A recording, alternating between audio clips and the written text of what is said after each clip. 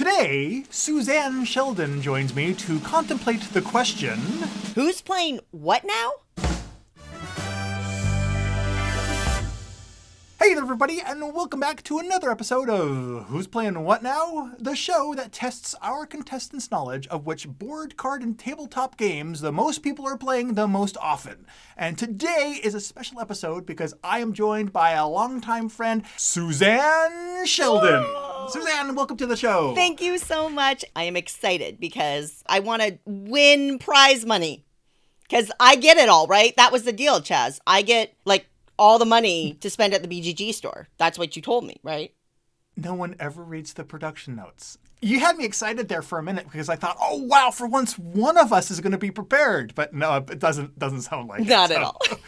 We'll go in by the seat of our pants as we usually do. But we are not playing for our own seats of pants. We actually are playing for a viewer who commented on the last episode using the hashtag Who's Playing What Now. And so, Suzanne, you will be playing for the randomly selected viewer, Matt Xiao. I'm not sure I'm pronouncing the last name correctly. It's almost X-I-U. guaranteed you're not. Matt X. Matt, we are playing for you. Suzanne is going to win you a pool of prize money towards a gift certificate to the BoardGameGeek online store where there are games and component upgrades and promos and artwork and just tons of amazing stuff. So, are you ready to win some money for Matt, Suzanne? Gotcha, Matt. We're gonna go all the way. Actually, we're going to go all but the top 10 of the way, because what you're going to do is you're going to pick the games that you think the most players have logged plays of on BoardGameGeek last month. However, the top 10 with the most players are off limits. So we should look at what this month's top 10 is, starting with number 10, which was Sagrada. Sagrada, the game that conveniently provides pretty dice to throw at your opponents when they hate draft the one you want away from you. Number 9 is Splendor. Splendor, a game about gems that doesn't really need to be gems, but they're actually poker chips, so it's all okay. That balances it out. Makes it all work magically. Number 8 is Scythe. Because we all need mechs and bears to battle. Truer words were never spoken. Seriously, I have it tattooed on my arm now. Moving on to number 7, which is The Quacks of Quedlinburg. The game that makes me want rat tails in my life. Number 6 is Tiny Towns. When you want to see just how poor of a town planner you'd be in real life. Number 5 is Gloomhaven. The game that you can literally construct a convention booth out of until you sell it all and then you're just left standing in a weird open square disappointing people by telling them that you are sold out. I have no idea what I'm talking about from real life experience. Number 4 is Welcome To. Oh, the game that forgot to finish its name. Number 3, Terraforming Mars. The game that made Matt Damon's career as a potato farmer. It's true. Number 2, Azul. Because breaking ceramic tiles on a floor in a game is far more entertaining than breaking tiles on a floor in real life. And number 1, Wingspan. Because everybody loves birds until they poop on your car. Now, truer words have never been spoken. I have that tattooed on my other arm. All right. So now we know who we are playing for. We know which games are off limits. So, Suzanne, let's get right into round number 1, and we'll come right back with your first pick of the game you think, well, the 11th most game you think was played most often. All right, Suzanne, what's your first pick for the game you think has the most players out there? Well, I think it's pretty obvious, right? That Root has to be number 11. Come on. Everybody's playing Root. Everybody loves to pit little woodland creatures against each other in battles to the death and spy intrigue and card manipulation, right? Root is a fantastic pick, and while it is not number 11, it's pretty dang close at number 21. Okay. Yeah, 1,190 people played it. So right off the bat, first answer, you just added $11.90 to the prize pool right there. All right, my second pick is KeyForge because the new expansion recently released and everybody loves buying those little decks like the potato chips. So KeyForge. If the game came with potato chips, do you think it would sell even more than it? I mean, I'd buy more, okay. But That's I know I wouldn't buy less. And but even without any potato chips, quite a few people have been purchasing and playing this game because it comes in at number 35. Again, our list is I have the top 1,000 most played games. So you have got number 21 and now 35 on this list with 848 people logging plays, adding another $8.48 to the prize pool. Cha-ching. Alrighty. All right. So what you got for number 3? Who doesn't love a little intrigue and backstabbing? So I think there's a lot of people out there playing Betrayal Legacy. Since it is by nature a legacy game, it's going to have, a certain prescribed number of games you play. Do you think that's going to have any effect on how many times it's getting logged? Well, I think a lot of people are playing it, and I think a lot of people play it a lot, and they like to track their progress between the different rounds to see which ones they're losing and winning and having success. So I think so, although the way that you're asking that makes me second guess myself, and now I'm wondering if you're trying to give me a subtle out to get Matt some actual money. No, I just needed to buy myself some time to scroll down my list and find it. Oh, but you have to scroll all the way down. Oh, no. No, I only had to scroll down to number 137, which is still incredibly respectable, with 402 people logging plays of it, bringing midway through the first round, your prize pool total is now $24.40. So we're looking really, really good. Number 4. Selfishly, it's just a game I've been playing a bunch, so... Have you been logging your plays of it? Yeah, I have been. Chronicles of Crime. Ooh, I have heard a metric ton of people talking about Chronicles of Crime, and it is always positive. I love it. I absolutely love it. And they came out with the Noir expansion and the Welcome to Redview expansion just released, which is kind of like a Stranger Things 80s setting. Mm-hmm. I haven't played that one yet, and I'm so excited. Ooh, well... 637 other people did play it because it comes in at number 58 on the list, which is, again, fantastic. So our prize pool now is $30.77 going into this last pick that you have for this first round. I feel like I need to pick a Wolfgang Warsch game. I just don't know which one to pick. So I'm assuming you're not going to let that fly as an answer. There's so many clever games. There's so many mind games. I just don't know what to do. We will go with De Pelt So Clever. I found it at number 36 with 838 people. So that brings us up. Yes. So your first 5 questions, rounding out round 1, brings us to $39.15 in the prize pool. Hooray. All right. But we're not done because we're going to come right back with round number 2 after I set up for it, where you are going to put more money in the prize pool. Almost definitely. We're going to take a break. We'll be right back.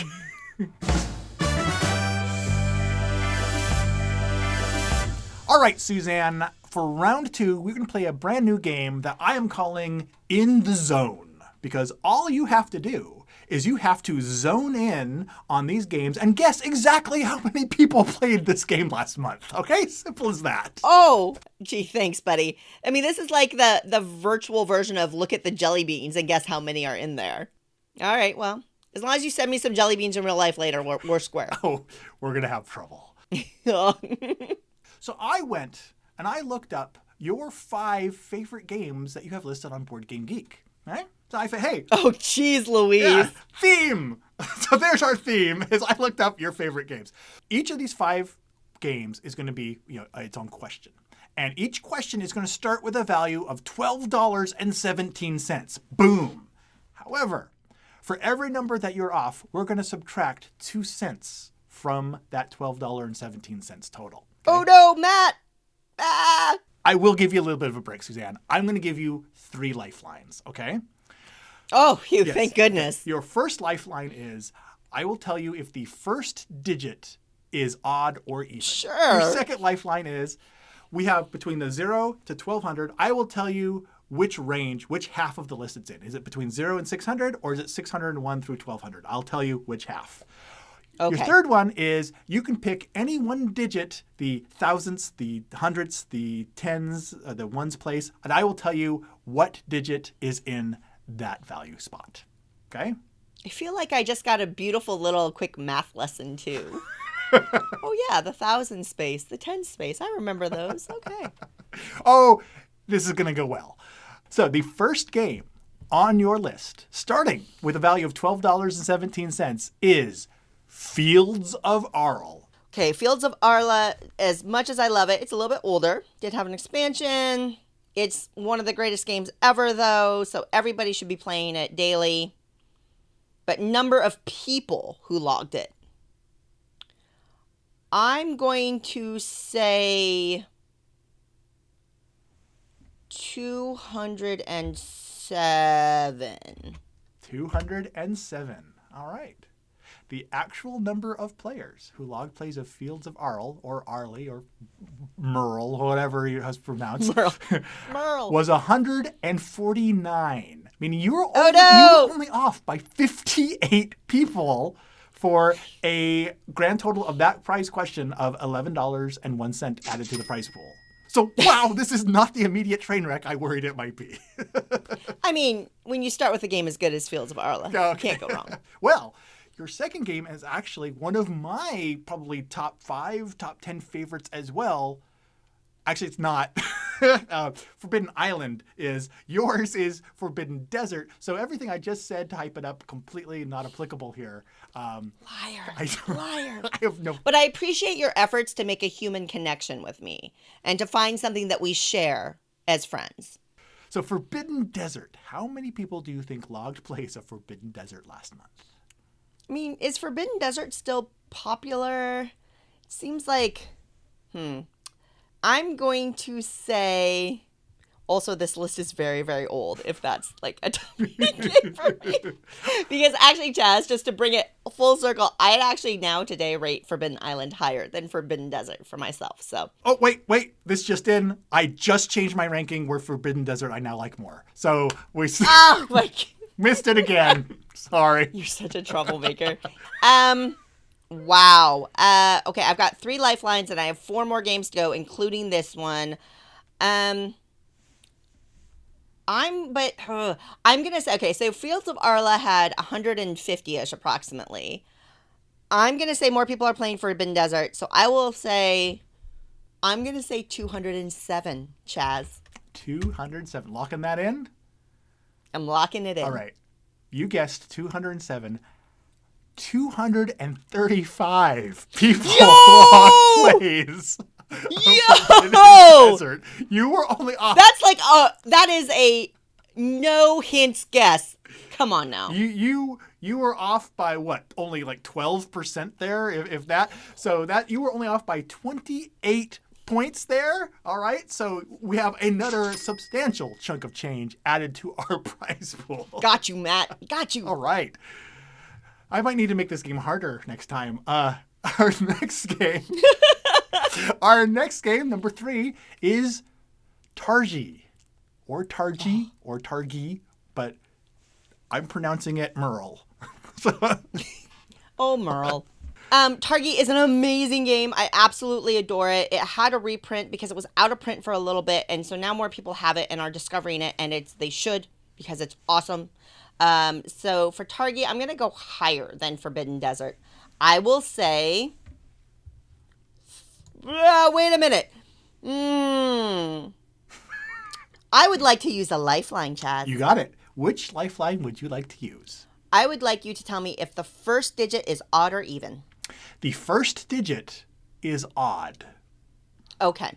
In that case, then I will say 314 plays logged of Targi. Locking that in? Locking it in. Yeah, I got to make this game harder. Your guess was 314 people logged plays of Targi. 305 actually did. You are off by 9. No way! Yes. Oh my God. That is 18 cents docked off the total for amount applied of $11.99. Suzanne, I am no longer worried for you. What can I say? I am connected to the world of BoardGameGeek and all of the wonderful people logging their plays. I feel them. They're the aura, the essence, it permeates my world. Yeah.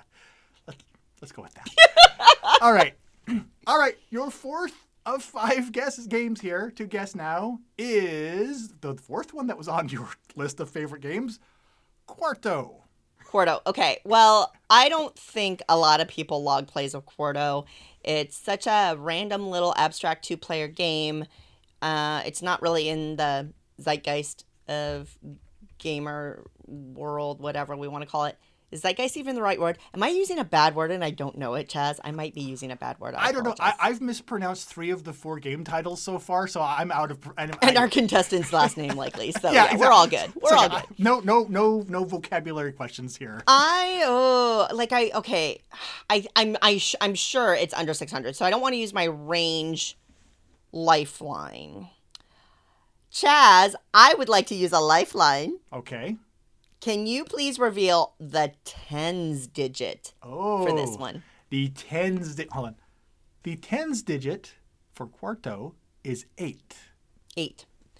I will say 83 plays have been logged for Quarto. Are you locking that in? So locked.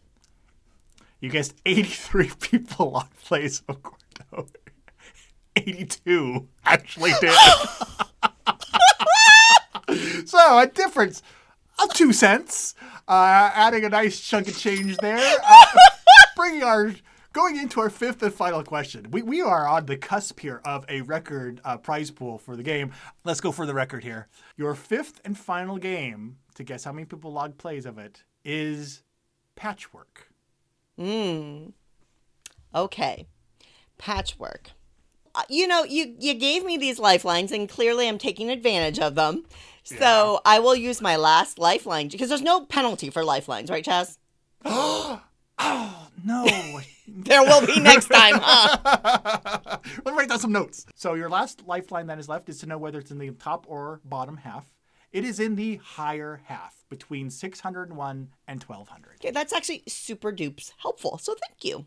Because I'm metagaming a little bit, and I'm thinking about the other games that we've talked about and the plays mentioned for those. Patchwork is such a great game. Oh, I feel like now I've got this pressure. I've been doing really well, and I feel like if I fall down in the last one, I'll feel kind of bad. But it's in the top half. I don't know if it cracked 1,000. I'm going to say it didn't crack 1,000 plays. So I will go with 802 plays. It did crack 1,000. Oh. With 1,153 people logging plays on it. All right. So it's off by 351. However, that still adds $5.15 to the prize pool, bringing us to a grand total for the episode of $91.06. Yeah! Woo! Matt, you're going to get yourself some bit bowls. You're going to get yourself some special upgrade kits for your games. Pick up one of those awesome games from Asia that BGG imports while you're at, because you got all the money to spend. I love that stuff. It's awesome. Absolutely.